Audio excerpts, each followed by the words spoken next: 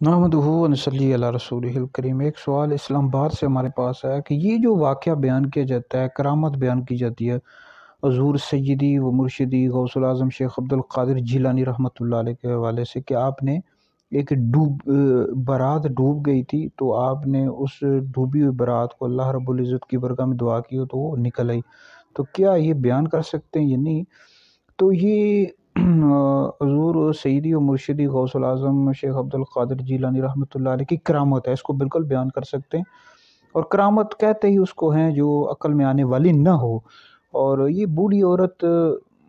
دریا کے کنارے بیٹھی رو رہی تھی، غوث پاک وہاں سے گزر ہوا تو اس نے کہا کہ میرے بیٹے کی جو برات ہے ڈوب گئی ہے، تو حضور غوث پاک رحمۃ اللہ علیہ نے اللہ کی برگاہ میں دعا کی تو وہ برات جو تھی نکل آئی، واپس آ گئی۔ تو امام اہل سنت نے فتاویٰ رضویہ جلد نمبر 29 میں لکھا ہے کہ یہ اگرچہ یہ واقعہ یہ نظر سے نہیں گزرا مگر لوگوں کی زبان پر مشہور ہے، اس میں کوئی شریعت کے خلاف کوئی ایسی بات نہیں ہے، لہذا اس کا انکار نہ کیا جائے، لہذا اس کو ہمارے اکابر علماء نے لکھا ہے تو اس کو بالکل بیان کر سکتے ہیں، غوث پاک کی کرامت ہے،